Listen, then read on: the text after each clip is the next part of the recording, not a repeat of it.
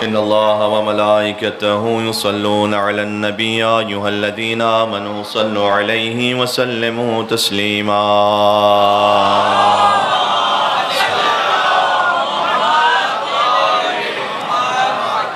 أعوذ بالله من الشيطان الرجيم بسم الله الرحمن الرحيم لا حول ولا قوة إلا بالله العلي العظيم حسبنا الله ونعم الوكيل نعم المولى ونعم النصير وبه نستعين وهو خير ناصر ومعين والصلاة والسلام على أشرف الأنبياء والمرسلين حبيب إله العالمين العبد المرتضى والنبي المجتبى والرسول المصطفى سيدنا ونبينا وشفيع ذنوبنا وطبيب نفوسنا ومولانا بالقاسم محمد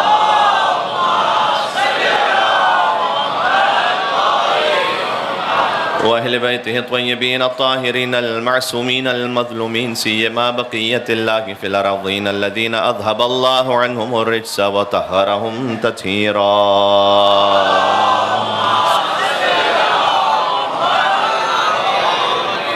واللعنة الدائمة على أعدائهم أجمعين امام زمان علیہ السلام کو پرسہ پیش کرتے ہوئے بسم اللہ الرحمن الرحیم اللہم کل ولیک الحجة ابن الحسن صلواتک عليه وعلى آبائه في هذه الساعة وفي كل ساعة وليا وقائدا ودليلا حتى تسكنه أرضك طوعا وتمتعه فيها طويلا اللهم صل على محمد وعلى محمد قال الله تبارك وتعالى في القرآن الكريم بسم الله الرحمن الرحيم كيف تكفرون بالله وكنتم أمواتا فأحياكم ثم يميتكم ثم يحييكم ثم إليه ترجعون نعرہ الصلوات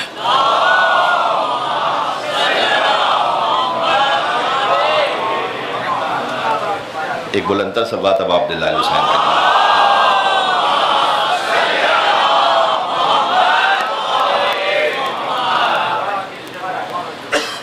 گفتگو اصول دین کے موضوع پر شروع ہوئی ہے اور کل اس بات کو بیان کیا گیا کہ عقلی طور پر آپ کے پاس دو راستے ہیں یا آپ خدا کے وجود کے اعتبار سے ایک ایسا لامتناہی سلسلہ مانیں کہ جہاں پر وہ خدا پر اگر نہ ختم ہوتا ہو تو وہ چلتا ہی رہے گا پھر جس کو ہم نے کہا کہ انفائنائٹ ریگریس آف کازز وہ چلتا ہی رہے گا ہم کہاں سے آئے اپنے ماں باپ سے وہ کہاں سے آئے اپنے ماں باپ سے وہ کہاں سے آئے اپنے ماں باپ سے آپ 1 ارب 1 کھرب اوپر چلے جائیے اس سے اوپر پھر وہ سوال رہے گا کہ وہ کہاں سے آئے یا تو یہ سلسلہ ہے دوسری طرف سے آپ مان لیں ایگزسٹنس آف نیسیسری بینگ کو یعنی واجب الوجود جہاں سے ایک نقطہ آغاز ہے جب آپ ایک نقطہ آغاز کو تصور کریں تو کل اس بات کو بھی عرض کیا کہ حتیٰ اگر کسی کے لیے شک ہے یقین نہیں ہے ابھی اسے کہ خدا کا وجود ہے شک بھی ہے کم سے کم تو کاسٹ اینڈ بینیفٹ انالیسس کے مطابق اسے خدا کے وجود کی طرف مائل ہونا چاہیے نہ کہ انکار کی طرف کیوں اس لیے کہ امام ششم نے فرمایا اس ملحد سے کہ اگر مرنے کے بعد فرض کر کے خدا نہیں ہوا انکان الامر کما تقول اگر ایسا ہے کہ جیسے تو کہہ رہا ہے وہ لیس کما تقول جبکہ ہے نہیں ایسا جیسے تو کہہ رہا ہے یہ تو for the sake of argument ہے نا آپ سمجھ رہے ہیں اس بات کو کہ اگر ایسا ہے کہ جیسے تو کہہ رہا ہے جبکہ ایسا ہے نہیں تو استوینا نحن وانتم تو اور ہم برابر ہو گئے ہمارے لیے بھی خدا نہیں تھا تیرے لیے بھی خدا نہیں تھا نہ تیرا کوئی فائدہ نہ ہوا، ہمارا کوئی نقصان ہوا. زیادہ سے زیادہ یہ ہوا کہ کچھ وقت کی نماز پڑھ لی، ایک رمضان کا روزہ رکھ لیا، ایک منظم طریقے سے زندگی گزار لی، بعد میں سب ایکول. لیکن اگر وَإِنْ كَانَ الْأَمْرُ كَمَا نَقُولُ، لیکن اگر ایسا ہے کہ جیسے ہم کہہ رہے ہیں، وَهُوَ كَمَا نَقُولُ، اور ایسا ہی ہے کہ جیسے ہم کہہ رہے ہیں. ایک مل کر سلوات بھیجو صادق آل محمد امام جعفر صادق علیہ السلام.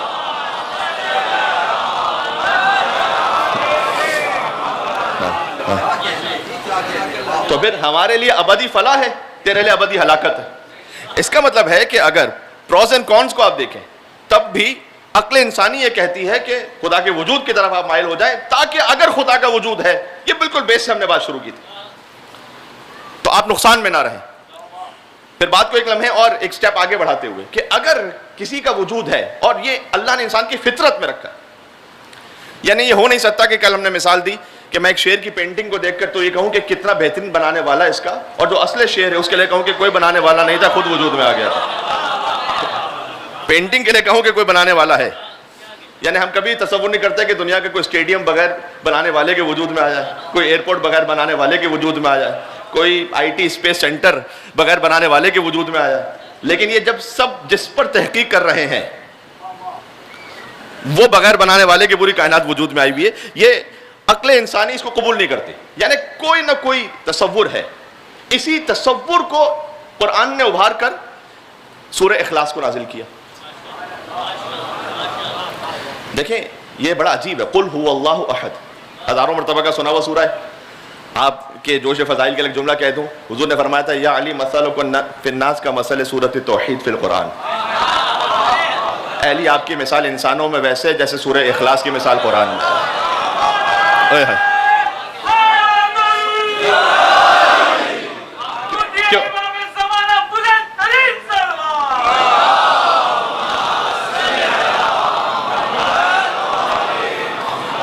کیونکہ سورہ اخلاص اس میں خالص ترین توحید کا بیان ہے، اس لیے اسے سورہ اخلاص کہتے ہیں، اور 1/3 قرآن ہے. اسی لیے مرحومین کے اصالِ ثواب پر سورہ الحمد کے بعد 3 مرتبہ سورہ قل هو اللہ احد کو پڑھا جاتا ہے، تاکہ 1/3 قرآن سے نیت یہ ہو کہ پورے قرآن کا ثواب ہدیہ ہو جائے. تو یہ 1/3 قرآن ہے. اسی لیے مولا علیہ السلام کے جو حضور نے فرمایا کہ علی آپ کی محبت بھی سورہ اخلاص کی طرح، یعنی علی آپ کی محبت بھی 1/3 اور 1/3 اور 1/3 3 اعمال میں ڈیوائیڈڈ ہے. جو دل میں محبت رکھے اس کا آپ پر 1/3 ایمان ہے، جو عمل سے اظہار کرے اس کا 2/3 ایمان ہے، جو زبان سے بھی یا علی کہتے تو پورا ایمان ہے.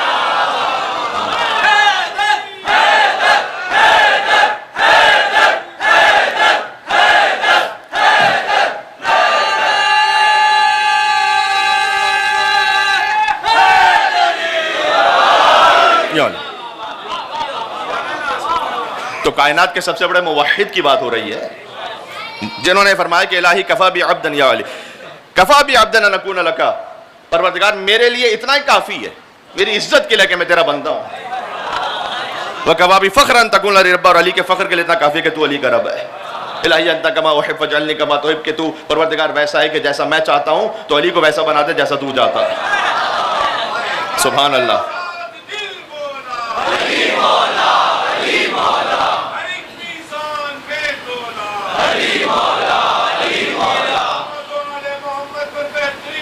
یہاں سے وہاں تک ملتا ہے. اللہ.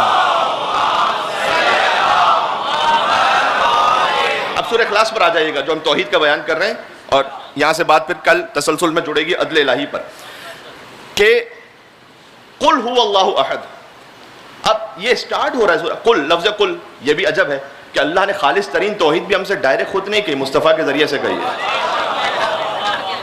اللہ نے سورہ احساس سے سٹارٹ نہیں کیا هو اللہ احد. قل اے محمد آپ کہیے،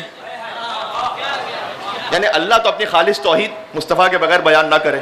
یہ کون سی امت ہے کہ جو یا رسول اللہ کے بغیر اللہ تک پہنچنا چاہتی ہے؟ اللہ تو ہم سے مصطفیٰ کے بغیر کلام نہ کرے، تم ڈائریکٹ پہنچو گے اللہ کے پاس بات کرنے کے لیے. تو قل هو اللہ احد، اور ابتدا میں بالکل ضمیر ہے، ہوا وہ احد ہے. دیکھیں کبھی بھی کلام یوزولی وہ ضمیر سے ڈائریکٹ نہیں شروع ہوتا. مثال طور پر میں آپ سے کہوں وہ صاحب آئیں، آپ کہیں کون صاحب؟ یہ وہ سے کیا بات شروع کی؟ پہلے نام تو لوں میں. ان کی طبیعت کیسی ہے؟ یہ محمل جملہ ہے، اس لیے کہ ضمیر سے میری بات شروع ہو رہی ہے. اللہ نے کہا وہ احد ہے. یہ وہ کہاں پلٹ رہا ہے؟ یہ وہ اس فطرت کی طرف پلٹ رہا ہے جو اللہ نے آپ کے وجود میں رکھی ہے. وہ جس خدا کے تصور کو تم سوچ رہے ہو نا، وہ دو نہیں ہے، وہ احد ہے. اب خود اس میں گہرائی ہے، احد اور واحد کا فرق. واحد بھی اللہ سبحانہ وتعالیٰ نے اپنے لیے استعمال کیا ہے قرآن میں، للہ الواحد القہار، لیکن واحد ایک سطح ہے اللہ کی معرفت کی. لیکن جب توحید کے باب میں خالص ترین آپ ہوتے ہیں تو اللہ نے یہاں پر یہ نہیں کہا قل هو اللہ واحد، قل هو اللہ، تو یقیناً کوئی فرق ہے. احد اور واحد دونوں اردو زبان میں ایک، لیکن عربی میں ایک فرق یہ ہے کہ واحد وہ ایک کہ جو تقسیم ہونے کے قابل ہو، یعنی پاسبلٹی ہو، ضروری نہیں لیکن پاسبلٹی ہے کہ تقسیم ہو سکے. جیسے ابھی آپ اس امام بارگاہ میں تشریف فرمائے تو یہ ایک ہال ہے، تو یہ ایک ہے لیکن یہاں سے آپ ایک دیوار بنا دیجئے تو دو ہو جائیں گے. ایک ہے لیکن تقسیم ہو سکتا ہے یا نہیں ہو سکتا؟ ہو سکتا ہے. مزید تقسیم کرتے تو اور تقسیم ہو جائے گا. احد وہ ایک کہ جو تقسیم کے قابل نہ ہو، جس میں پاسبلٹی نہ ہو کہ وہ ڈیوائیڈ ہو سکے. اس لیے ہمارے اردو میں زیادہ بہتر استعمال ہوتا ہے یکتا. وہ یکتا ہے، ایک ہے یکتا. واحد ایک، یکتا یعنی احد، جہاں پر تقسیم ممکن نہیں ہے کیونکہ وہ مرکب نہیں، بسیط ہے. توجہ کیجئے گا، احد اور واحد کا فرق سمجھ میں آ گیا. اس لیے اللہ نے جب اپنے لیے فرمایا تو کہا قل هو اللہ احد. جب مصطفیٰ نے اپنے لیے فرمایا کہ انا ولی من نور واحد، ایک نور تقسیم ہوا. اللہم صلی علی.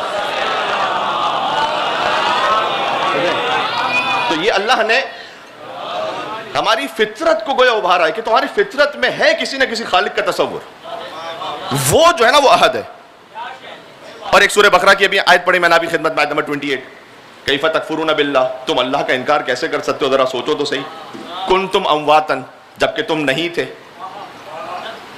اس سے کوئی انکار نہیں کر سکتا کہ میں ایک نہ ایک وقت تھا کہ جب نہیں تھا. کنتم امواتا فاحیاکم، پھر تم ہو گئے. امام نے ایک سوال کیا تھا ایک ملحد سے، امام ششمی کا مکالمہ ہے کہ تو پہلے سے تھا یا بعد میں وجود میں آیا؟ کہ بعد میں وجود میں آیا ہوں. امام نے کہا اگر بعد میں وجود میں آیا ہے تو کیا تو نے خود اپنے آپ کو بنایا یا کسی اور نے تجھے بنایا؟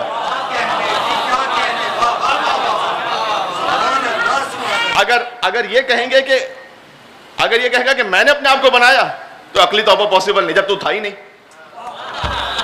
تو نے خود اپنے آپ کو کیسے بنا لیا؟ اور اگر کسی اور نے تجھے بنایا تو وہ کس نے بنایا؟ یقیناً وہ غنی علی الاطلاق ہے، تجھ سے بے نیاز ہے، وہ قدرت رکھتا ہے تجھے بنانے کی. اس نے پتا کیا جواب دیا؟ اس نے کہا مجھے معلوم نہیں ہے کہ مجھے کسی نے بنایا یا نہیں. اب سلونی دعوے دار کا بیٹا ہے نا.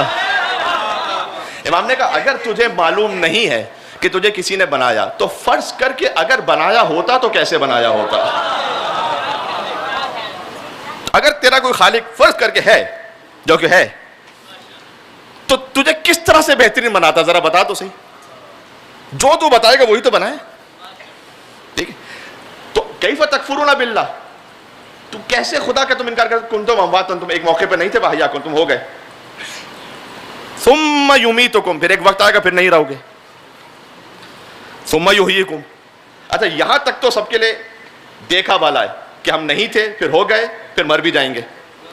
تو 3 سٹیپس تک تو اللہ نے کہا کہ ہم تمہیں بتلا رہے ہیں کیسا ہے.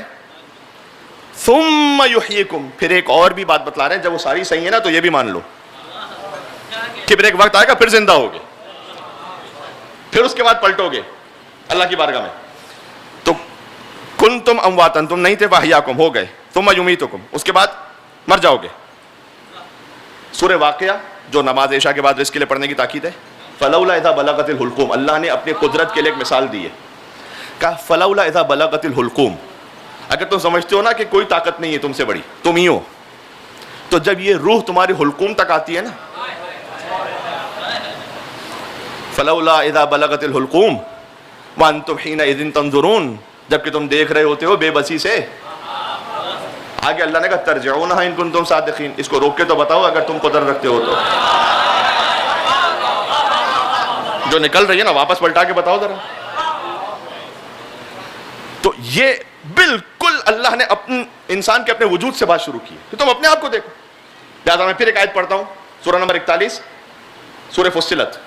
اس میں اللہ نے کہا سنورہم آیاتنا فی الآفاق, ہم دکھلائیں گے اپنے نشانیوں کو کائنات میں بھی, وفی انفسہم, تمہارے اپنے نفسوں میں بھی, حتی یتبین لہم انہ الحق, تاکہ تمہیں یقین ہو جائے کہ حق اس کے علاوہ کوئی ہے ہی نہیں. دکھلا رہے ہیں, دکھلاتے رہیں گے. یہ اللہ نے جو نشانیاں دکھلائی ہیں, اب اس میں پھر میں کہوں ائمہ علیہ السلام ہی کے اتنے زیادہ مکالمات ہیں. کچھ پہلے کسی اور موضوع کے حوالے سے پڑھ بھی چکا ہوں, مثلا ہندی طبیب سے امام کا مکالمہ. اب ذرا غور کیجئے گا, کل میں نے رزق کے بارے میں آیت پڑھی تھی, وہ 6 پارے کی پہلی آیت نہیں, 12ویں پارے کی پہلی آیت ہے. وما من دابۃ فی الارض الا علی اللہ رزقها, زمین میں چلنے پھرنے والا کوئی ایسا نہیں جس کا رزق اللہ کے اوپر نہ ہو. رزق ایک کھاتے ہیں آپ, آنکھوں کی رطوبت نمکین بنتی ہے, زبان کی رطوبت اسی رز سے شیرین بنتی ہے, کانوں کی رطوبت اسی رز سے تلخ بنتی ہے, اسی رز سے خون بنتا ہے, اسی رز سے آنسو بنتے ہیں, اسی رز سے ایک غذا ہے. اللہ نے اس کے لیے الگ الگ اثر ہمارے وجود میں رکھے ہیں.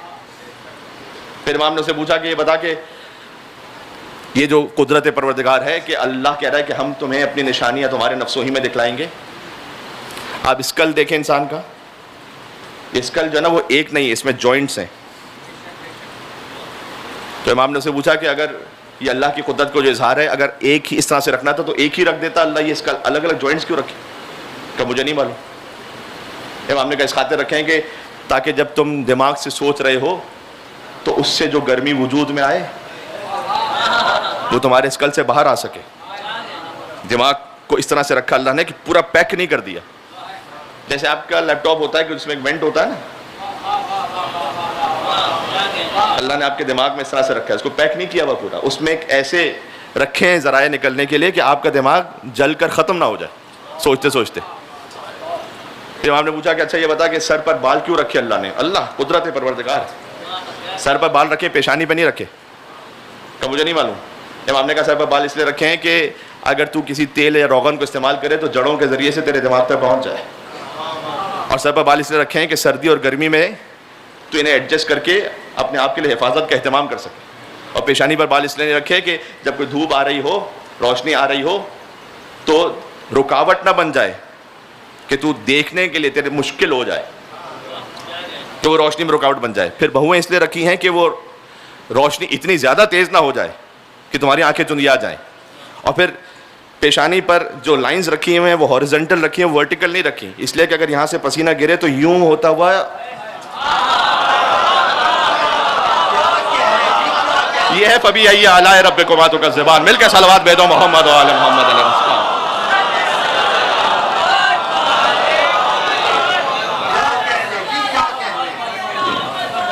وجود خدا. اللہم صلی علی محمد. اگر اللہ ورٹیکل رن رکھتا تو پھر جیسے پسینہ گرتا تو وہ بہتا ہوا سیدھا آنکھوں میں آتا. اور پھر اللہ نے پلکیں بھی اس لیے رکھی کہ جب روشنی آ رہی ہو تو اس میں آخر میں پھر انسان کے پاس ایک ایڈجسٹمنٹ کا موقع ہو, جتنی روشنی اسے چاہیے.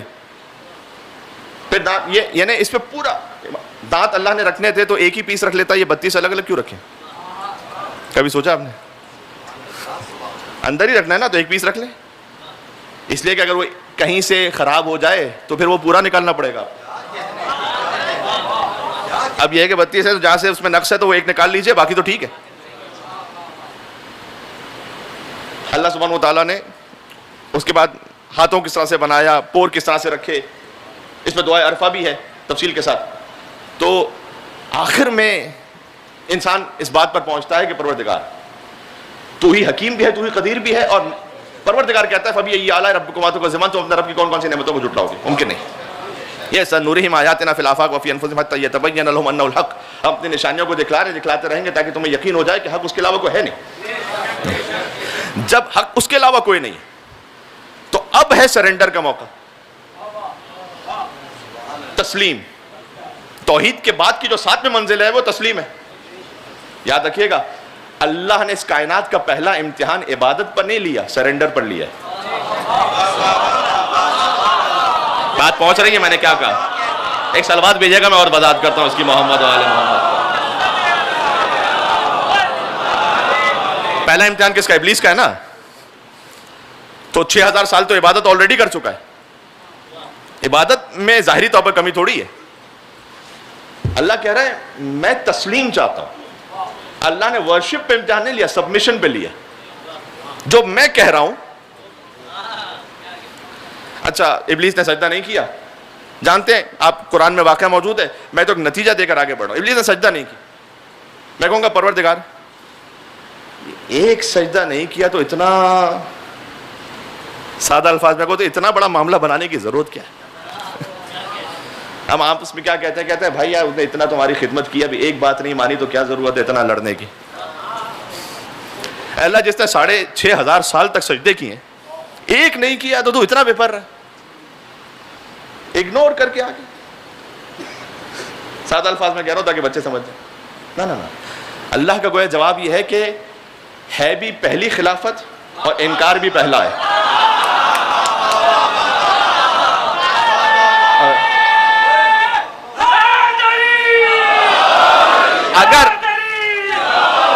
اگر اللہم صلی علی, پہلی خلافت ہے, پہلا انکار ہے. اگر پہلے انکار پر چھوڑ دیا,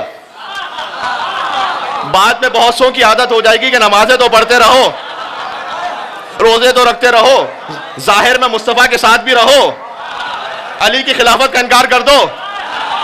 اللہ نے کہا نہیں, جو پہلی خلافت کا انکار کرے گا اسے شیطان بناؤں گا.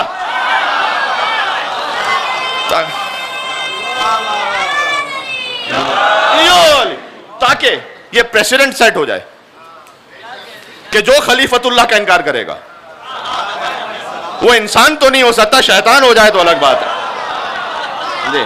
جی اس لیے کہ جس وجہ سے کہا گیا تھا ابلیس کو بھی اور ملائکہ کو بھی کہ سجدہ کرو, وہ تو نور محمد آل محمد تھا کہ جو آدم علیہ السلام میں اللہ نے رکھا تھا.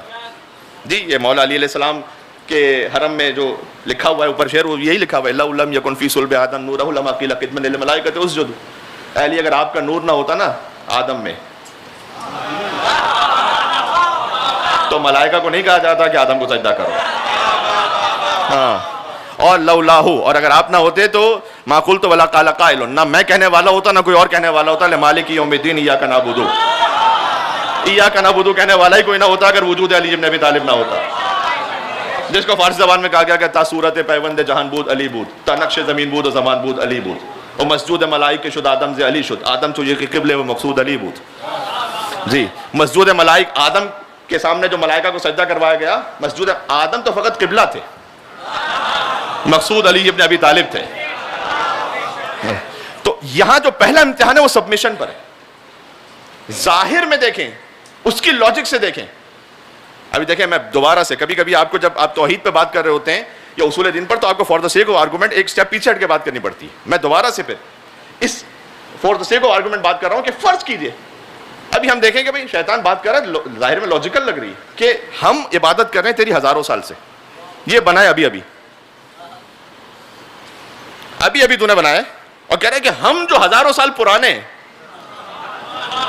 ہیں وہ جھک جائیں اس کے سامنے. علی کے لیے بھی کہا جاتا تھا کہ علی تو ابھی جوان ہے اور پرانے تھے. جی جبکہ جب حضور نے فرمایا تھا کنت نبیا وآدم بین الماء والطین, میں آدم اس وقت جب بنے نہیں تھے, پانی اور مٹی کے درمیان تھے تو میں نبی تھا. اور اسی وقت فوراً میرے مولا نے فرمایا کنت ولیا وآدم بین الماء والطین, میں اس وقت بھی ولی تھا کہ جب آدم بنے نہیں تھے, پانی اور مٹی کے درمیان تھے.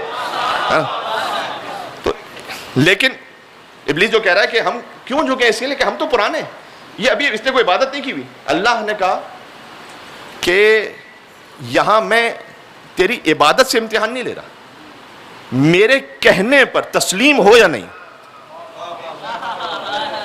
امتحان اس کا ہے. وہاں سے بات آگے بڑھائیے. اب آپ کے سامنے توحید کا جو اگلا سٹیپ ہے بہت امپورٹنٹ ہے کہ جب کہیں کوئی حکم شرعی میرے سامنے آئے اور مجھے یہ یقین ہے کہ ہاں یہ خدا کا حکم ہے, تو تسلیم کتنی ہے؟ ifs بٹس, کیوں, ایسے کیوں نہیں, ویسے کیوں. اب یہ پھر مکالمہ ہے صادق آل محمد کا ایک ان کے ساتھ کہ جو خود اپنے آپ کی امامت کے دعوے دار تھے ان کے زمانے میں,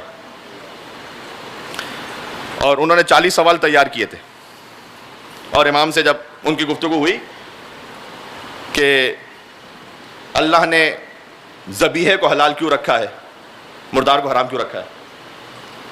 اگر آپ سمجھنے کے لیے پوچھے تو اس میں حرج نہیں ہوتا، لیکن اگر اس خاطر ہو کہ میں اعتراض کروں گا اور نہیں مانوں گا، سوال وہاں پر ہے۔ امام نے کہا اس لیے کہ اللہ کی بھیجی ہوئی شریعت ہے، ذبیحے کو اس لیے اللہ نے حلال رکھا ہے کہ اس میں فاضل خون نکل جاتا ہے، مردار میں رہ جاتا ہے، اس لیے ذبیحہ حلال ہے، مردار حرام ہے۔ تو کہا اللہ خون کو ہی حلال کر دیتا۔ پھر امام نے کہا اللہ خون کو حلال کر دیتا اور تم خون استفادہ کر رہے ہوتے تمہارے بدن میں بدبو پیدا ہوتی۔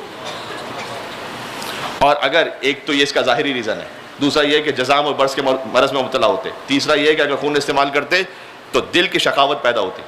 یہ بات نہیں وجہ ہے کہ پھر پتہ کیسے چلے گا کہ ذبیحہ کیا ہے، مردار کیا ہے؟ امام نے کہا گوشت کو آنکھ پر رکھو، سکڑ جائے تو ذبیحہ ہے، پھیل جائے تو مردار ہے۔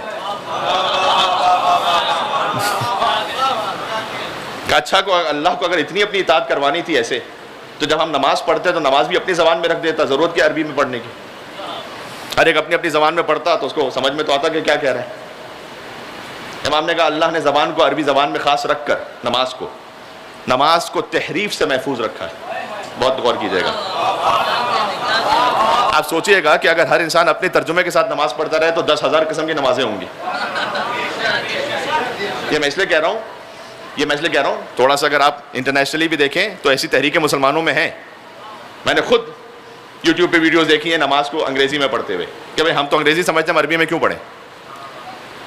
اچھا وہ انسان قومی ترانہ اسی طرح سے پڑھے گا کہ جیسے بتایا ہے، وہ بھی تو بہت سو کو سمجھ میں نہیں آ رہا، تو اپنا بنا لیجئے کوئی، کہنے نہیں وہ تو ویسے ہی پڑھنا ہے۔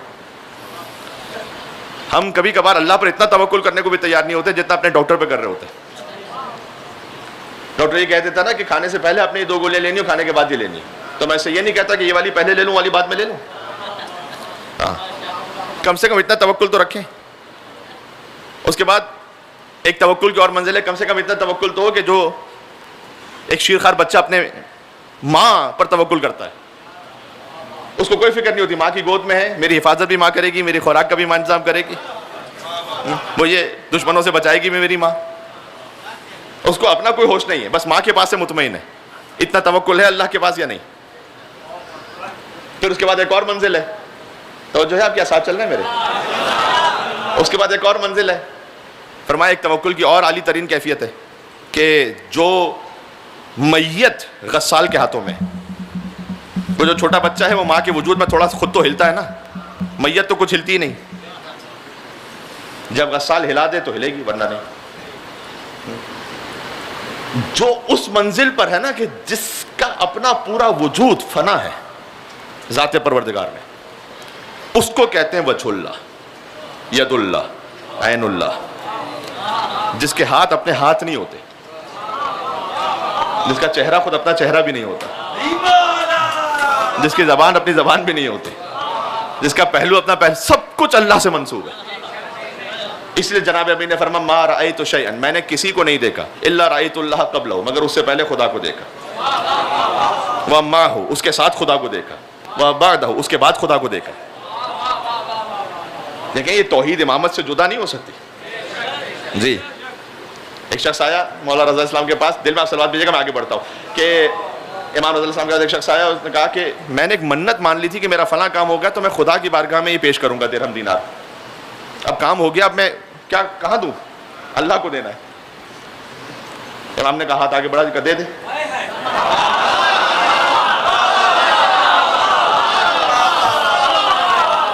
اس نے کہا اب اللہ تو نہیں، امام نے کہا بے شک ہم اللہ نہیں، لیکن جو تیرے امام کے ہاتھ میں پہنچ گیا وہ اللہ کے ہاتھ میں پہنچ گیا۔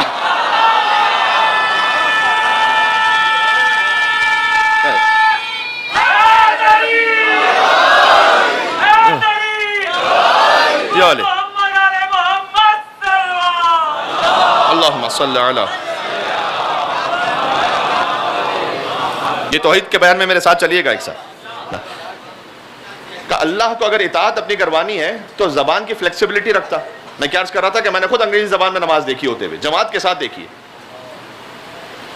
وہ جو شیطان بزرگ ہے نا جو وہیں پر دیکھی کہ وہاں پر نماز ہو رہی انگریزی میں۔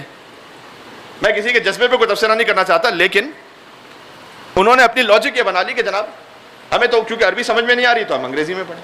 دیکھیں اس میں ضرور ہے کہ آپ نماز کا ترجمہ ایک دفعہ اردو یا انگریزی میں پڑھیں، 2-4 مرتبہ پڑھیں تاکہ آپ کو پتہ چلے کہ آپ کیا کہہ رہے ہیں، لیکن آپ اس ڈیکورم کو چینج نہیں کر سکتے کہ آپ نے اللہ اکبر کہنا ہے، پھر اس کے بعد بسم اللہ الرحمن الرحیم کہنا ہے، الحمدللہ رب العالمین کہنا ہے. اگر ایسے ہی ہوگا امام نے کہا تو نماز تحریف ہو جائے گی. اور یہی معاملہ ہے. مثلا بعض لوگ سوال کرتے ہیں کہ مولانا صاحب دعائے کمیل ہے شب جمعہ اردو میں پڑھ لیں. جی پڑھ لیجیے آپ 2-4 مرتبہ 10 دفعہ تاکہ آپ کو پتہ چلے کہ آپ کہہ کیا رہے ہیں، لیکن آپ اس عربی کو نہیں چھوڑ سکتے جو کلام ہے امیر المومنین. اس لیے کہ اگر آپ نے اس جنریشن نے کہا کہ نہیں ہم فقط ترجمہ پڑھیں گے تو پھر اگلی جنریشن اس میں ترجمہ تھوڑا سا بدلتا ہے زمانے کے حساب سے. 50-60 سال بعد 100 سال بعد وہ جو دعا ہے نا وہ کہیں کسی سورس بک میں پڑھی رہ جائے گی، پتہ کسی کو نہیں ہوگا کہ جناب امیر نے فرمایا تھا کہ اللہم اغفر لی الذنوب التی تحتک الاسم، اللہم اغفر لی الذنوب التی تنزل النقم، اللہم اغفر لی الذنوب التی تغیر النعم، اللہم اغفر لی الذنوب التی تحبس الدعاء، اللہم اغفر لی الذنوب التی تنزل البلاء، اللہم اغفر لی الذنوب التی تقطع الرجاء. پتہ کسی کو نہیں ہوگا کہ مولا نے فرمایا کہ یا سریع الرضا اغفر لمن لا یملک الا الدعاء فانک فعال لما تشاء یا من اسمہ دوا وذکرہ شفاء وطاعتہ غنا. یہ آج کیوں جملے نو کے زبان ہے؟ اس لیے کہ آپ اس کے ساتھ میں عربی میں پڑھ رہے ہیں ورنہ تحریف ہو جائے گی. پھر جو ترجمہ ہوگا تو مولانا نے کہا کہ دیکھو نماز کو اس لیے اللہ نے رکھا ہے خاص طریقے سے کہ وہ جیسے اللہ نے بتلایا ویسے جاری رہے. کہا اچھا میں ایک نتیجے پہ پہنچاؤں گا. کہا کہ اچھا اگر ایسا ہی ہے تو ٹھیک ہے ہم عربی میں تو پڑھ لیں لیکن اللہ تو ہر جگہ ہے نا. خود اللہ نے قرآن میں کہا فَإِنَّمَا تُوَلُّوا ثَمَّ وَجْهُ اللَّهِ، اللہ تو ہر جگہ ہے. اگرچہ کہ اس کا جو پراپر ترجمہ اس آیت کا وہ یہ ہے کہ جہاں کہیں رخ کر لو تو تم وجہ اللہ کو پاؤ گے. اَيْنَمَا تُوَلُّوا فَثَمَّ وَجْهُ اللَّهِ. ہاں تو اللہ اگر ہر جگہ ہے تو پھر اللہ کہتا کہیں پہ بھی نماز پڑھ لو، عبادت ہی کروانی ہے نا. امام نے کہا اللہ نے خاص طرف رک کر کے نماز پڑھوا کر پوری امت کو نظم و ضبط کے لیے آمادہ رکھا ہے، ورنہ یہاں پر 50 ڈائریکشنز میں لوگ نماز پڑھ رہے ہو، ہر جگہ اللہ ہے. کہ نہیں سب ایک طرف رک کریں، یہ نظم و ضبط ہے. تو انہوں نے سامنے پلٹ کر سوال کیا. آپ سمجھ رہے ہیں کہ کون سوال کر رہے ہیں؟ یہ صادق آل محمد سے جو خود اپنی فقہ کی امامت کے دعوے دار ہیں. وہ پوچھ رہے ہیں وہ ساری امت کے امام ہیں لیکن میرے امام کے غلام ہیں.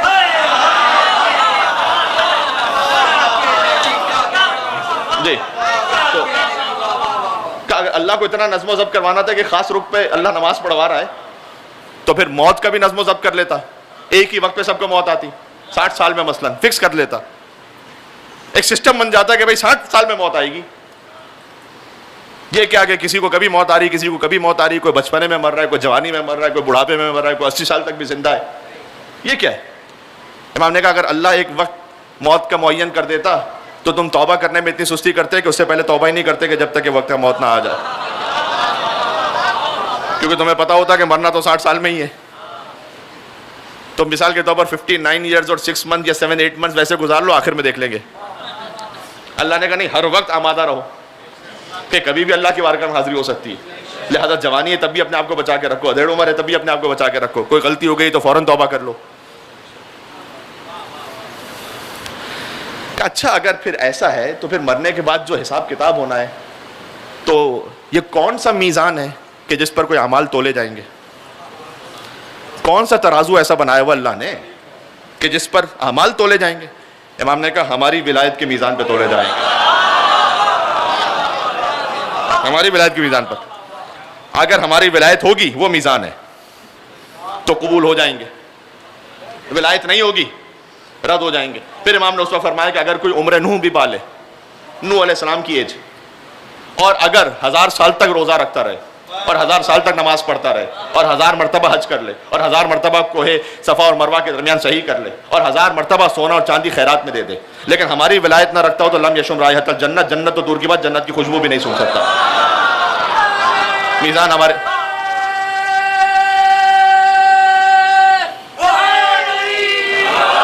بہت توجہ کیجیے گا، بہت توجہ کیجیے گا. میں جی ساتھ چلیے گا میرے.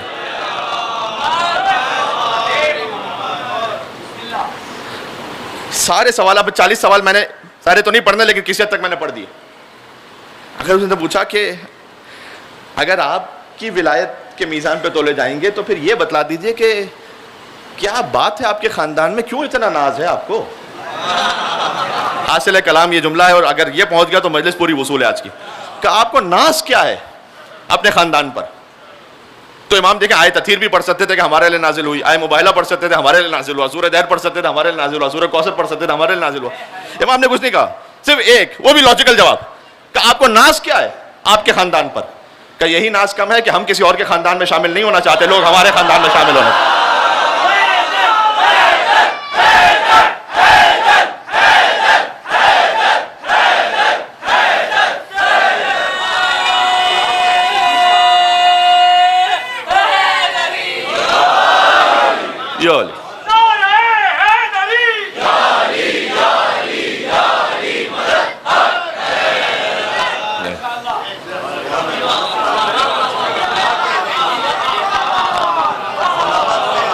سلوات بھیجے یہاں سے وہاں تک کہ کربلائی سلوات بھیجے محمد.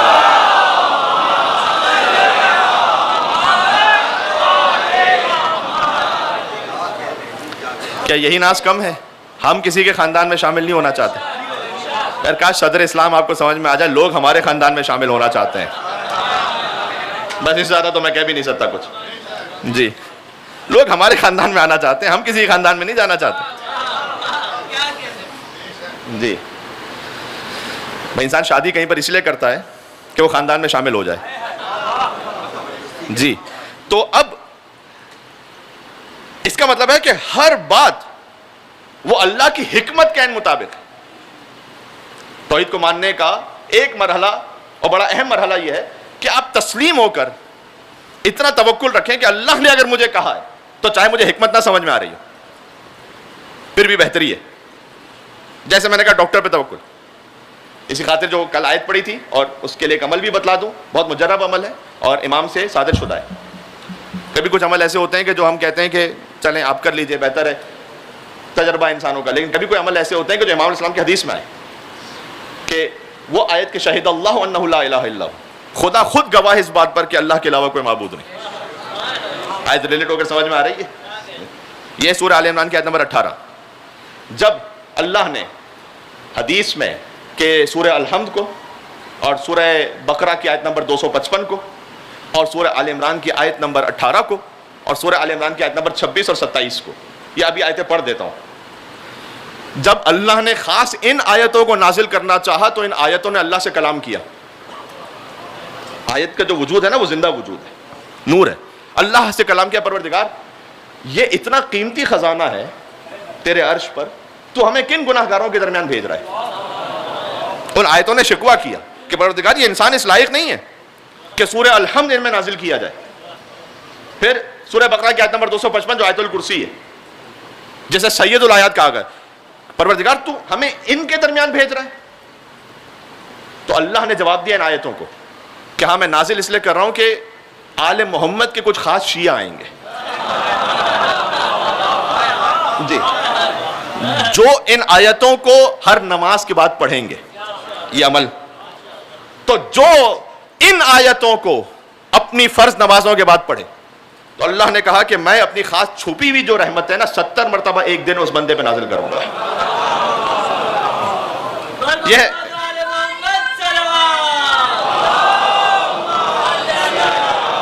میں تبرکاً پڑھ بھی دوں اور اس میں سب میں توحید کا بیان ہے، اس لیے میں نے اس حدیث کو پڑھا آپ کی خدمت میں کیونکہ توحید سے ہمارا بیان تسلسل میں. بسم اللہ الرحمن الرحیم، میں تبرکاً پڑھ رہا ہوں. الحمدللہ رب العالمین الرحمن الرحیم مالک یوم الدین ایاک نعبد و ایاک نستعین اهدنا الصراط المستقیم صراط الذین انعمت علیہم غیر المغضوب علیہم ولا الضالین. پھر سورہ بقرہ کی آیت نمبر 255. یہاں پر آیت الکرسی میں فقط یہ آیت بھی کافی ہوگی اگر آپ ایک بھی آیت پڑھ لیں گے کہ اللہ لا الہ الا هو الحی القیوم لا تأخذه سنة ولا نوم له ما في السماوات وما في الارض من ذا الذي يشفع عنده الا باذنه يعلم ما بين ايديهم وما خلفهم ولا يحيطون بشيء من علمه الا بما شاء وسع كرسيه السماوات والارض ولا يؤوده حفظهما وهو العلي العظيم. اتنا فاسٹ نہیں پڑھیے گا، میں نے بھی صرف پڑھا تھا کہ میں تبرکاً پڑھ کے مجلس میں آگے بڑھ جاؤں، لیکن آپ تھوڑا اطمینان سے پڑھیے گا. پھر سورہ آل عمران کی آیت نمبر 18 شہد اللہ انہ لا الہ الا هو والملائکۃ واولو العلم قائما بالقسط لا الہ الا هو العزیز الحکیم. پھر سورہ آل عمران کی آیت نمبر 26 اور 27 قل اللہم مالک الملک تعطی الملک من تشاء وتنزع الملک ممن تشاء وتعز من تشاء وتذل من تشاء بیدک الخیر انک علی کل شیء قدیر تولج اللیل فی النہار وتولج النہار فی اللیل وتخرج الحی من المیت وتخرج المیت من الحی وترزق من تشاء بغیر حساب. ایک مل کے صلوات بھیجیں محمد و آل محمد. یہ آیات اگر اللہ کی آپ خاص مخصوص رحمتیں چاہتے ہیں آل محمد کا شیعہ ہونے کی حیثیت میں، یہ امام نے فرمایا تو اب نماز کے بعد مختصر سا عمل ہے، چند دقیقوں سے زیادہ نہیں ہے، لیکن یہ مخصوص افراد یہ عمل انجام دے سکتے ہیں کہ اسلام نے کہا کہ یہ ہر ایک کو توفیق نہیں نصیب ہوتی. اور پھر اللہ وہ آیتیں کہ جو انسانوں کے درمیان آنا ہی نہیں چاہتی تھی اپنی عظمت کی وجہ سے، جب آپ فرض نمازوں کے بعد تلاوت کریں گے تو اللہ اپنی 70 رحمت خاص روزانہ نازل کرے گا. قل اللہم مالک الملک، پروردگار. سورہ الحمد کا ترجمہ تقریباً آپ واقف ہیں، آیت الکرسی آپ واقف ہیں تقریباً. سورہ آل عمران کی آیت نمبر شہد اللہ انہ لا الہ الا ہو 18، خدا خود گواہ اس بات پر کہ اللہ کے علاوہ کوئی معبود نہیں، اور ملائکہ گواہیں، اور اولو العلم گواہیں. اولو العلم امام نے کہا ہم ہیں. ارے انا مدینۃ العلم ولی بابھا سے بڑھ کر کون اولو العلم ہوگا کہ جو خدا کے وجود پر گواہ ہو.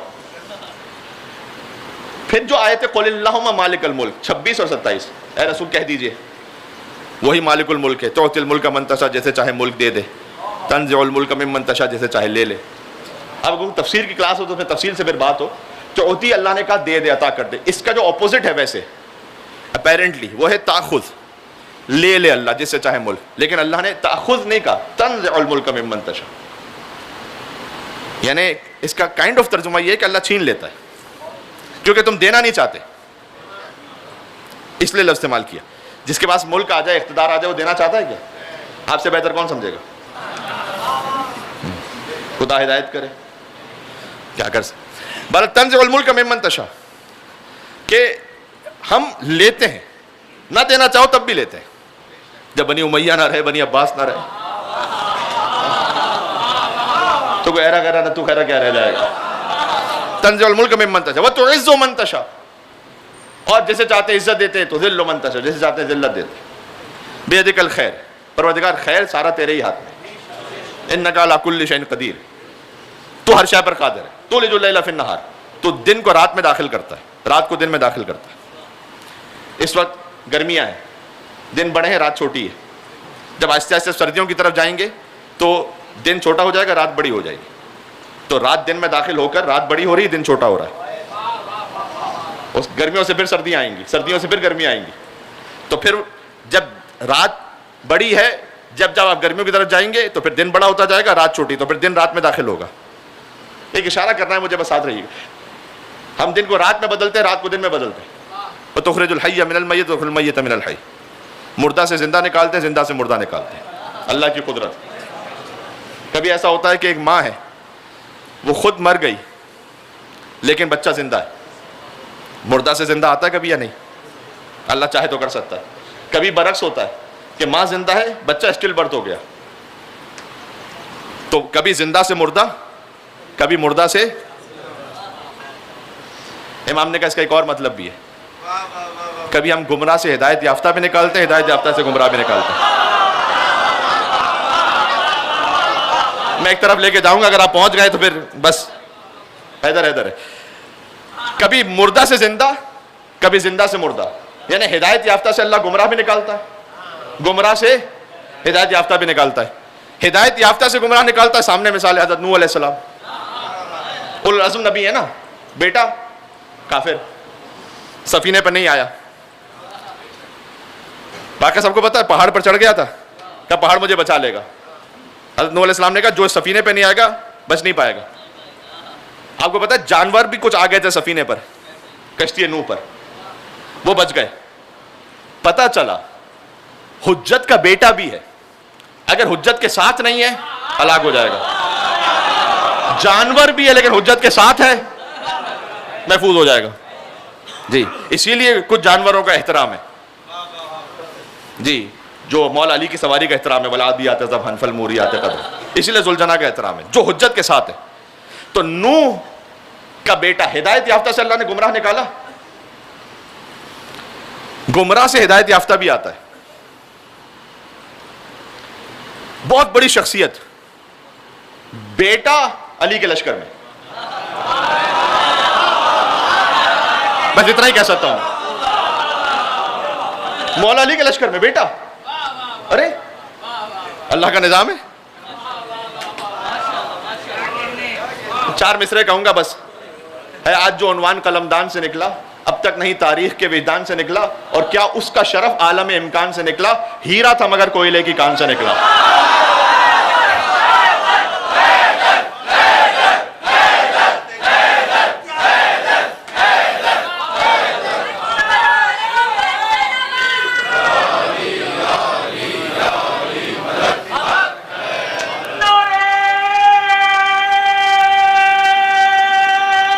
نجف رسا ہونا چاہیے۔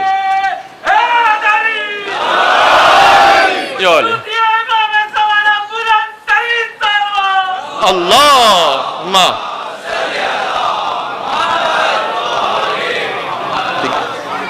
تو یہ ممکن ہے کہ اللہ ہدایت یافتہ سے مردہ سے زندہ، زندہ سے مردہ۔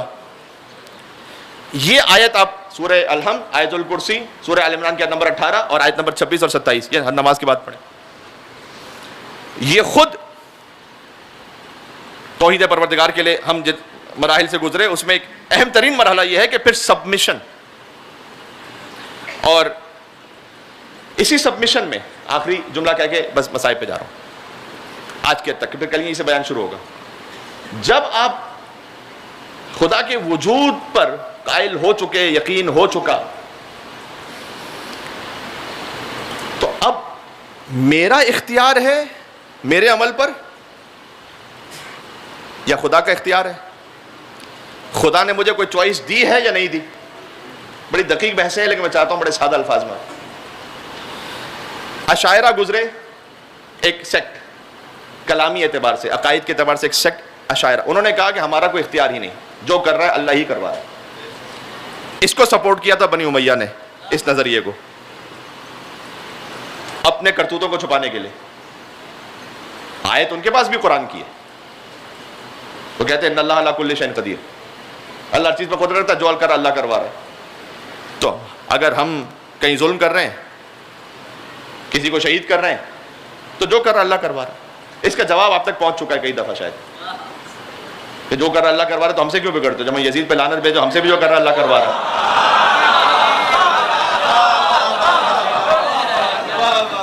جب ہم بنی امیہ پہ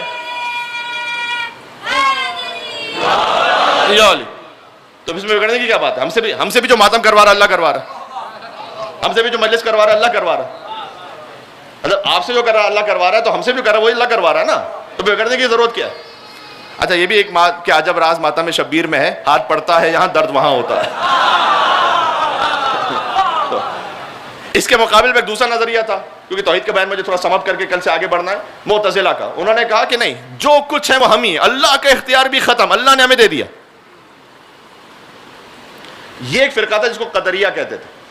عبد الملک بن مروان کا زمانہ ہے، اس نے چوتھے امام کو خط لکھا، اور سید الساجدین مولا زین العابدین علی بن الحسین علیہ السلام کو خط لکھا۔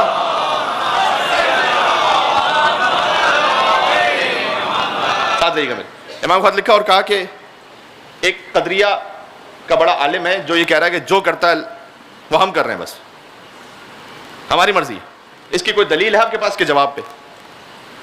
کیونکہ ہمیں حساب کتاب دینا ہے نا، تو اللہ کا اختیار بھی ختم۔ اس وقت مولا صادق علیہ السلام کا سن ظاہری طور پر 3 سال کا تھا۔ امام نے مدینہ سے بھیجا امام صادق علیہ السلام کو، یعنی دادا نے پوتے کو بھیجا کہ تم مناظرہ کر کے آؤ۔ اب اس میں کوئی تعجب کی بات نہیں ہے، یہ انہی کے بیٹے ہیں کہ جب آغوش مادہ سے آغوش رسالت میں آئے تو علی نے آنکھیں کھولی اور قرآن پڑھنا شروع کیا۔ پڑھتا ہے جو قرآن کو تنزیل سے پہلے، ابھی تو نازل ہی نہیں ہوا تھا، اس دہر میں وہ قاری قرآن علی ہے۔ اور جب یہ ثابت ہو گیا تو مت پہلا مسلمان کہو میرے علی کو، پہلا جو بنانا آپ نے کو، پہلے علی کی اس نمبرنگ میں بات ہی نہیں ہے۔ پڑھتا ہے جو قرآن کو تنزیل سے پہلے، اس دہر میں وہ قاری قرآن علی ہے، اور مت پہلا مسلمان کہو میرے علی کو، پہلا نہیں پہلے سے مسلمان علی۔ جی تو بس ایک آ رہا بس ٹھیک۔ تو جب امام صادق علیہ السلام 3 سال کے سن میں پہنچے، اس نے کہا کہ یہ کیا مذاق ہے، میں 3 سال کے بچے سے بات کروں گا کہ کس کا اختیار ہے؟ اللہ کا اختیار ہے، ہمارا اختیار، 3 سال کے بچے سے بات کروں گا؟ اے سبحان اللہ۔ امام صادق علیہ السلام نے فرمایا کہ تجھے زیادہ انتظار نہیں کرنا پڑے گا۔ کہتا کیا مطلب؟ امام نے کہا سورہ الحمد پڑھنا شروع کر۔ سورہ الحمد ابھی میں نے جو عرض کیا سورہ الحمد کو پڑھیں آپ نماز. سورہ الحمد بسم اللہ الرحمن الرحیم الحمد للہ رب العالمین الرحمن الرحیم مالک یوم الدین ایاک نعبد و ایاک نستعین. میں رک، اگر تیرا کوئی اختیار، سب اختیار یا تو اللہ کا، وہ دوسرا فرقہ تھا. تو یہ کہہ رہا ہے کہ نہیں سارا اختیار ہمارا، اللہ کا نعوذ باللہ کچھ نہیں رہا. تو اگر اللہ کے پاس کچھ نہیں رہا تو ایاک نعبد و ایاک نستعین، پروردگار تجھ سے مدد چاہتا ہوں. تو کیوں مدد مانگ رہا ہے جس کا اختیار ہی نہیں رہا؟ یعنی جنہیں سورہ الحمد صحیح طرح سے سمجھ میں نہ آئے تو اس نے کہا کہ میں نے اس کو ہزاروں مرتبہ پڑھا ہے لیکن پہلی دفعہ ایسا لگا کہ آج سمجھ رہا ہوں. یہ ہے قرآن صامت، قرآن ناطق کے ساتھ. جی. اور پھر وہ جناب امیر کا وہ واقعہ کہ جب مولا علیہ السلام ایک باغ میں مزدوری فرما رہے ہیں. دیکھیں جب انسان بہت شدت سے کوئی ہارڈ ورک کر رہا ہو نا، اس وقت ذہنی طور پر آپ کو بہت مشکل فلسفی سوال پوچھ لیں تو بڑا مشکل ہوتا ہے جواب دینا. پسینہ بہہ رہا ہے، آپ کہتے ہیں یار تھوڑا بعد میں پوچھ لینا مجھ سے. امام علیہ السلام بہت شدید محنت مزدوری فرمانے، شدت گرمی، اور وہ ایک دیوار پر چڑھ گیا اور دیکھ رہا ہے مولا علی کو. اس نے کہا یا علی ایک سوال ہے، ہم مجبور ہیں یا مختار ہیں؟ خدا کی قسم یہ جواب علی کے علاوہ کوئی نہیں سکتا تھا. پہلے مولا نے جواب نہیں دیا، پہلے سے پوچھا کہ مختصر بتاؤں یا تفصیل سے بتاؤں؟ کہ یا علی مختصر ہی بتا دیں. پھر اس کے بعد مولا نے کہا ابھی تو دیوار پر ہے نا، ایک پیر اٹھا لیا، کہ دوسرا بھی اٹھا، کہ نہیں اٹھا سکتا. اتنا سمپل، سبحان اللہ. امام نے کہا کہ بس اتنا مختار ہے، اتنا مجبور ہے. کچھ اختیار اللہ نے تجھے دیا، ایک پیر اٹھا لیا، باقی قدرت اس کے ہاتھ میں، دوسرا اٹھا نہیں سکتا. الامر بین الامرین، معاملات دونوں کے درمیان ہے. توجہ ہے؟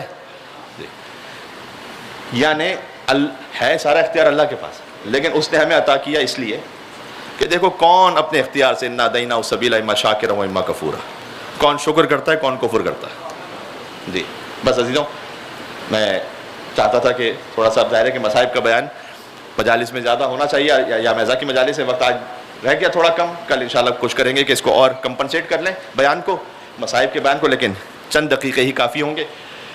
یہ توحید پروردگار کا ایسا بیان ممکن نہ ہوتا اگر علی اور اولاد علی کی وہ قربانیاں نہ ہوتی. اور شب 2 محرم الحرام ہے، حسین کا قافلہ کربلا پہنچ رہا ہے.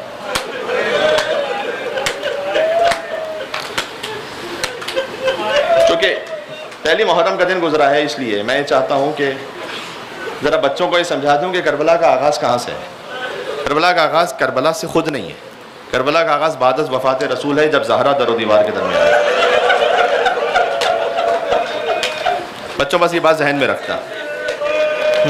قتل الحسین بالمدینہ، کتنے علماء نے لکھا ہے کہ حسین تو مدینہ ہی میں مار دیے گئے تھے. اگر مدینہ میں فاطمہ کا گھر نہ جلایا جاتا تو کربلا میں حسین کے خیموں کو نہ جلایا جاتا. اگر مدینہ میں علی کی گردن میں رسی نہ باندھی جاتی تو کربلا میں عابد بیمار کے ہاتھوں میں ہتکڑیاں، پیروں میں بیڑیاں نہ باندھی جاتی. اور ایک حساس جملہ کہہ رہا ہوں، اگر مدینہ میں محسن کو نہ مارا جاتا تو کربلا میں کوئی حسین کے علی اصغر کو تیر نہ مارتا. صلی اللہ علیہ یا ابا عبداللہ المظلوم الشہید یا ابن رسول اللہ. جی وہاں وہ منزل تھی کہ جب حسین اپنی ماں سے لپٹے ہوئے تھے، سیدہ کا جنازہ ہے، رات کی تاریکی ہے. آج بھی یاد ہے ایک ماں کی محبت کا سما، جس گھڑی دہر سے رخصت ہوئی خاتون جنا، صحن میں رکھا تھا تابوت علی تھے گریاں، روکے حسنین صدا دیتے تھے بولو اماں. مامتا تڑپی تو دستور کون ٹوٹ گئے، اور سن کے بچوں کی صدا بندے کفن ٹوٹ گئے. وہاں فاطمہ نے حسین کو اپنے سینے سے لگایا، فرمایا اے میرے لال تو اپنی ماں کے سامنے غربت کا ذکر نہ کر. آسمان سے ملائکہ نازل ہوئے، رو لیں آج کی پہلی محرم کی اس مناسبت سے کہ سارا ایام ازاں ہم نے حسین پر رونا ہے، فاطمہ کو پرسہ دینا ہے. آج چند دقیقے فاطمہ پر رو لو تو حسین کو پرسہ دے دیں گے جب حسین کربلا سے آئے. جب آسمان سے ملائکہ نازل ہوئے نا کہ یا علی حسین کو ماں سے جدا کر دیں، آسمانوں میں کوہرام بپا ہے. علی آگے بڑے، حسین کو جدا کیا. بہت پیار سے جدا کیا ہوگا، سکینہ کی طرح تماچے تو نہیں مار۔ یہ حسین کا مقدر تھا کہ علی نے جدا کیا، وہ سکینہ کا مقدر تھا کہ شمر نے تماچے مار کر جدا کیا۔ خدا آپ کی آوازوں پر رحمت نازل فرمائے۔ جب حسین کربلا پہنچے تب بھی بی بی زینب نے فرمایا تھا کہ بھیا یہ کہاں قیام کا ارادہ کر لیا، اس لیے کہ کسی بی بی کے رونے کی آواز میرے کانوں میں آ رہی۔ حسین نے کہا یہ کسی اور کی نہیں، ہماری ماں فاطمہ و زہرا کی آواز ہے۔ حسین مدینہ سے چلے، ماں زہرا سلام اللہ علیہا ساتھ ساتھ چلیں۔ فرمایا عباس ہاں ہونا محط و رحا لینا، یہیں پر ہمارے خیمے لگائے جائیں گے، ومسفک و دماءنا، یہیں پر ہمارا خون بہایا جائے گا۔ بنی اسد والوں سے بلایا، انہیں زمین خریدی، لیکن مصائب تو وہی ہیں کہ میں بدل تو نہیں سکتا، لیکن اللہ رے کرم حسین سب سے پہلے حسین نے کربلا پہنچ کر آپ کو یاد کیا وہاں پر کہ دیکھو جب بھی میرا ظاہر کوئی زیارت کے لائے نا تو اسے 3 دن تک کھانا کھلانا اسے 3 دن تک پانی پلانا۔ وہ حسین جو خود کربلا میں بھوکا پیاسا 3 دن کا مارا گیا، اس نے کہا میرا کوئی ظاہر بھوکا نہ رہنے پائے، میرا کوئی ظاہر پیاسا نہ رہنے پائے۔ یہ 40 پر نجف سے کربلا جو موقف لگتے ہیں یہ حسین کی ایک وصیت کا صدقہ ہے۔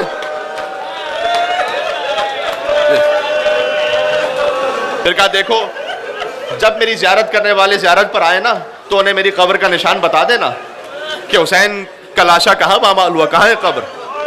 اور پھر مردوں سے کہا کہ دیکھو یہ یزیدی فوج تو چلی جائے گی، ہمارے لاشیں بے گور و کفن ہوں گے، تو تم آنا اور ہمارے لاشوں کو جیسے ہو سکے دفنا دینا۔ پھر اس کے بعد عورتوں کو بلایا کہ دیکھو میں فاطمہ کا بیٹا میں زینب کا بھائی ہوں، اگر تمہارے شوہر ڈر جائیں تو فرات کے کنارے پانی بھرنے آنا، ہمارے لاشوں کو دفن کر دینا۔ اگر یہ بچے جملے کو سمجھ سکے چھوٹے چھوٹے بچوں کو بلایا کہ میں علی اصغر کا باپ ہوں، میں سکینہ کا باپ ہوں، اگر تمہارے ماں باپ ڈر جائیں ہمارے لاشوں کو دفن نہ کریں تو فرات کے کنارے کھیلتے کھیلتے آنا، ایک ایک مٹھی خاک اٹھا کر ہمارے لاشوں میں ڈال کے جانا۔ بنی اسد سے وعدہ ہو گیا خدا آپ کو کربلا لے کر جائے۔ آج بھی 13 محرم کو بنی اسد کا قافلہ کفن پہن کر نکلتا ہے نا کہ مولا ہمارے بزرگوں نے آپ سے وعدہ کیا تھا، ہم اس وعدے کی تکمیل کے لیے آئے ہیں۔ بس شہداء کے لاشیں بے گور و کفن تھے کہ بنی اسد کا سردار جب پہنچا نا اس نے کہا کہ لاشوں کو کیسے دفنایا جائے، اس لیے کسی لاش پر سر ہی موجود نہیں تھا، سر کاٹ کر نو کے نیزہ پر بلند ہو چکے تھے کہ کسی لاشے کی پہچان نہیں ہو پا رہی، گنجے شہیدہ تیار کرو، ایسا کرو سارے لاشیں ایک ساتھ دفن کر دیں۔ آج بھی حسین کی پائنتی سیدھی جانب گنجے شہیدہ موجود ہے، ابھی پہلا لاشا دفن ہونے والا تھا کہ راہ کوفہ سے ایک بیمار امام کی آواز، جن کے ہاتھوں میں ہتھکڑی آتی پیروں میں بیڑی، کہ میں بتاتا ہوں کون سا لاشا کہ شہید کا لاشا ہے، دیکھو یہ حبیب ابن مظاہر کا لاشا ہے، دیکھو یہ جان غلام حبشی کا لاشا ہے، یہ مسلم ابن اسدہ کا لاشا ہے۔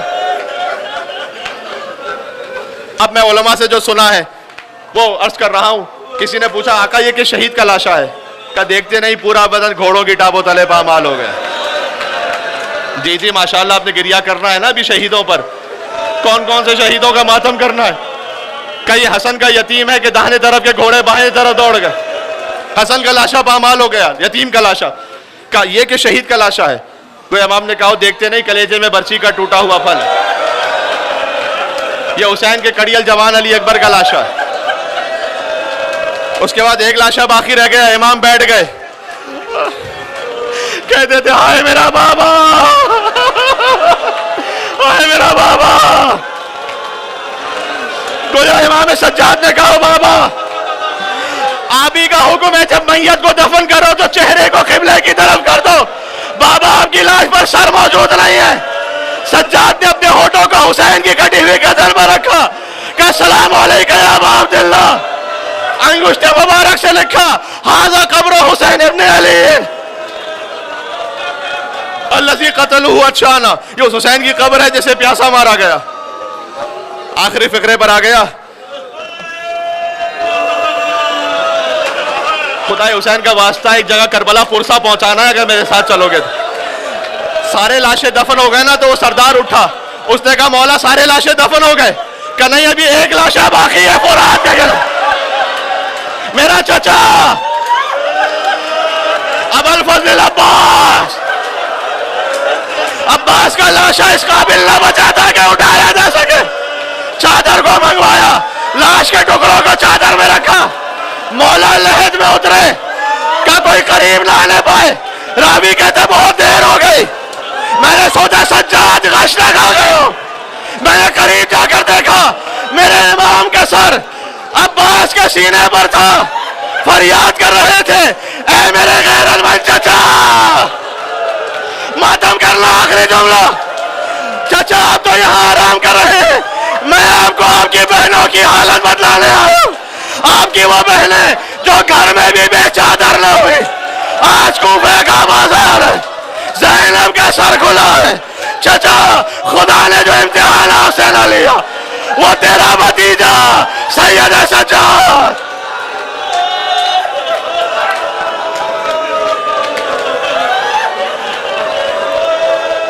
یا بالحسن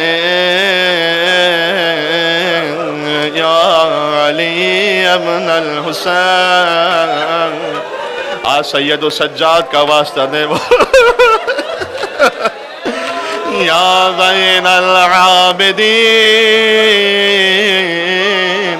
یا ابن رسول اللہ یا حجت اللہ علی خلق یا سیدنا و مولانا انا توجہنا واستشفعنا وتوسلنا بك إلى الله وقدمناك بين يدي حاجاتنا، مل کے کہنا یا وجیہا عند اللہ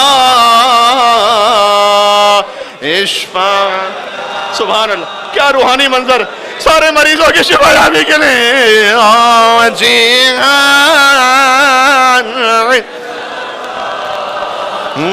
اشفع لنا،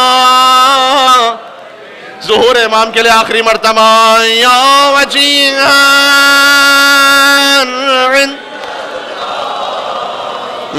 اشفع لنا عند اللہ، یا حسین یا